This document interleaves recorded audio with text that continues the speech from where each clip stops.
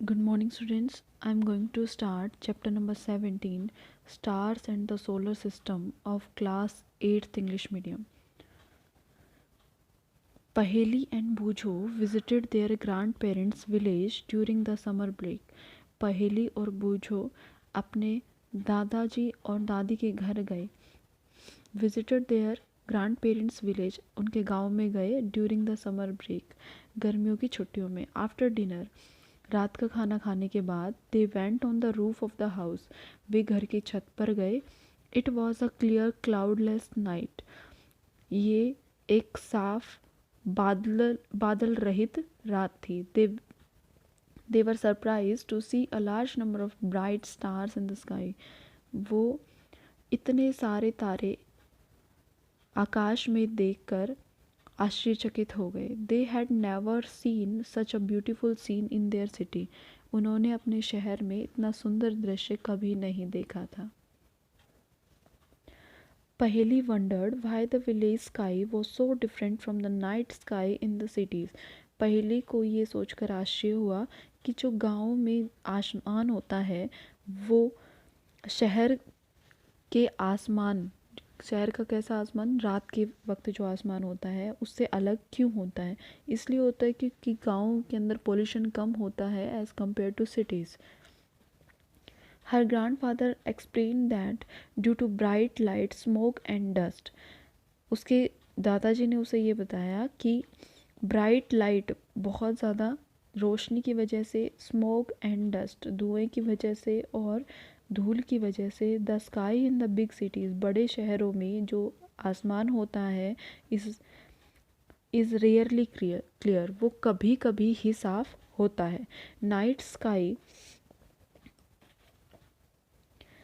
Sky watching can be fascinating experience, रात के समय आकाश को देखना एक बहुत ही सुखद दृश्य होता है. At a place where there are no bright light and the atmosphere is clear, ऐसी जगह पे जहाँ पे बहुत ज़्यादा चकाचौंध रोशनियाँ नहीं है और जो वातावरण है वो कैसा है, क्लियर है, साफ है. Look at the sky on a dark clear night, जो आसमान है उसकी तरफ देखिए कब, एक डार्क काली और साफ रात में. You see the entire sky डोटेड with countless star, आप ये देखेंगे कि जो पूरा का पूरा आसमान है वो छोटे छोटे तारों से भरा हुआ है, काउंटलेस, जिनको काउंट नहीं किया जा सकता. सम ब्राइट, कुछ बहुत ज़्यादा चमकीले हैं, and some do not bright, कुछ ऐसे हैं जो कम चमकते हैं या नहीं चमकते हैं. ऑब्जर्व दैम केयरफुली, उनको ठीक तरीके से ऑब्जर्व कीजिए, देखिए सही से. Do all of them appear to twinkle, क्या वो सारे टिमटिमाते हैं. Do you find any star like object which does not, क्या आपने कोई ऐसा ऐसा ऑब्जेक्ट, मतलब ऐसी वस्तु या ऐसा स्टार पाया जो कि स्टार जैसा तो दिखता है but which does not twinkle, लेकिन जो चमकता टिमटिमाता नहीं है. The object which do not twinkle are planets, तो जो स्टार्स की तरह, तारों की तरह दिखने वाली जो चीज़ें होती हैं वो तारे नहीं होते, वो क्या होते हैं, प्लैनेट्स होते हैं, जिनको हम क्या कहते हैं, ग्रह कहते हैं. The moon is the brightest object in the night, जो चंद्रमा होता है वो सबसे ज़्यादा चमकने वाली वस्तु है रात के समय. The stars, the planets, the moon and many objects in the sky are celestial objects, तारे, ग्रह और चंद्रमा और इनके अलावा जो भी चीज़ें जो रात को आसमान में होती है उन सभी चीज़ों को क्या कहा जाता है, क्लिस्टल बॉडी कहा जाता है या ऑब्जेक्ट्स कहा जाता है. और आर ऑल क्लिस्टल ऑब्जेक्ट सिमिलर, क्या जितने भी क्लिस्टल ऑब्जेक्ट हैं वो सारे के सारे एक जैसे हैं. लेट अस फाइंड आउट, चलिए पता लगाते हैं. सबसे पहले बात करता है ये मून की. The moon, is there a change in the shape of the moon every day, क्या मून की जो शेप होती है, जो उसकी आकृति है, उसके अंदर रोज़ कुछ ना कुछ चेंज होता है. Are there days when the shape of the moon to be perfectly round, क्या ऐसा कोई दिन है जब जो चंद्रमा है उसकी जो शेप होती है, आकृति होती है, वो पूरे तरीके से गोल होती है. Are there days when the moon can not be seen at all even if the sky is clear, क्या ऐसा कोई दिन है जब चंद्रमा हमें दिखाई नहीं देता, चाहे आकाश कितना भी साफ क्यों ना हो। तो देखिए जो शेप होती है मून की वो राउंड होती है, कब होती है, पूर्णिमा के वक्त पे होती है। और चंद्रमा हमें कब नहीं दिखाई देता, अमावस के वक्त पे दिखा नहीं देता। The day on which the whole disc of moon is visible, जिस दिन पूरा का पूरा चंद्रमा दिखाई देता है राउंडेड, उसको कहा जाता है full moon day. Thereafter every night the size of bright part of the moon appears to become thinner and thinner. और पूर्णिमा के बाद, फुल मून नाइट के बाद या फुल मून डे के बाद क्या होता है कि चंद्रमा जो है उसका साइज रोज़ घटता चला जाता है, वो थिन होता चला जाता है। ठीक है। The on the 15th day और 15वें दिन the moon is not visible, और फुल मून डे के 15 दिन के बाद जो मून होता है वो दिखाई नहीं देता। And this day is known as new moon day, और इस दिन को न्यू मून डे कहा जाता है। The next day only A small portion of moon appears in the sky, अगले दिन केवल एक छोटा सा पोर्शन, छोटी सा कहते हैं, एक छोटी सी शेप दिखाई देती है हमें मून की इस आकाश में। This is known as crescent moon. जो फर्स्ट मून दिखाई देता है किसके बाद, फुल मून डे के बाद, उसको क्रीसेंट मून कहा जाता है। Then again the moon grows larger, फिर से जो चंद्रमा है वो बड़ा हो जाएगा एवरी डे। और फिर से ऑन द 15th डे क्या होगा हमारे पास, फुल मून डे होगा, फुल व्यू होगा मून का। The various shape of the bright part of the moon as seen during a month are called phases of moon. The various shapes of bright part of moon, moon का जो bright part है, ठीक है, moon जो चमकता है, as seen during a month, जैसा कि एक मंथ में दिखाई देता है, are called phases of moon। उसे क्या कहा जाता है, मून चंद्रमा के फेज कहा जाता है। Let us try to understand why phases of moon occur। चलिए पता लगाते हैं कि मून की जो फेजेस हैं वो क्यों होती हैं। You have studied in chapter 16। Chapter 16 में आप पहले ही पढ़ चुके हैं that the moon does not produce it's आउन लाइट, कि जो चंद्रमा होता है उसकी अपनी कोई रोशनी, अपनी कोई लाइट नहीं होती। Whereas the sun and other stars do, जबकि जो सूरज होता है और बाकी जो तारे होते हैं उनकी अपनी खुद की रोशनी होती है। We see the moon because the sunlight falls on it gets reflected towards us.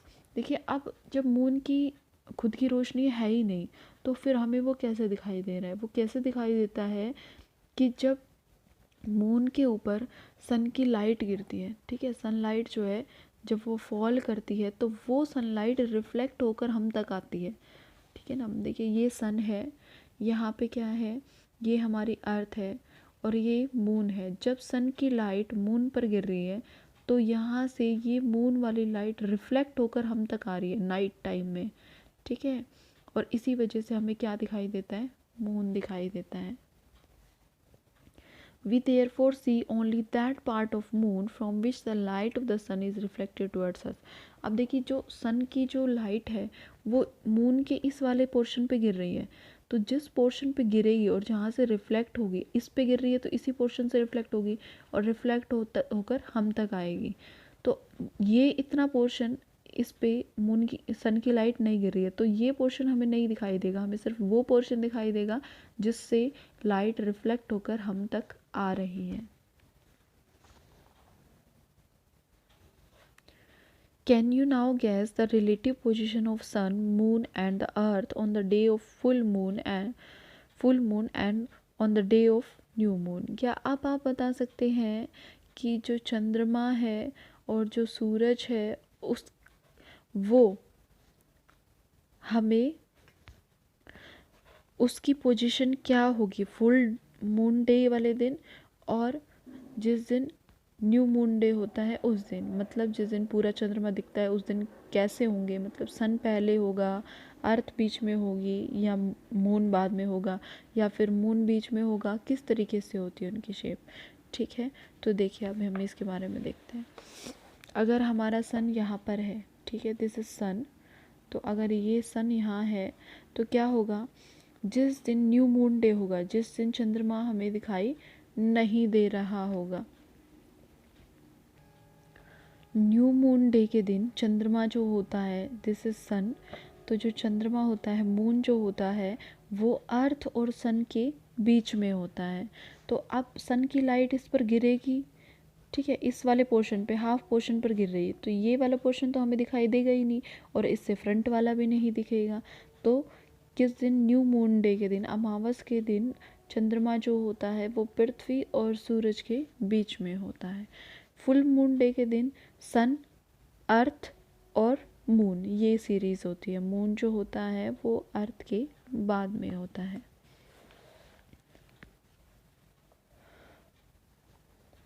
Sketch these position in your notebook, अपने नोटबुक में इनका स्केच बनाइए।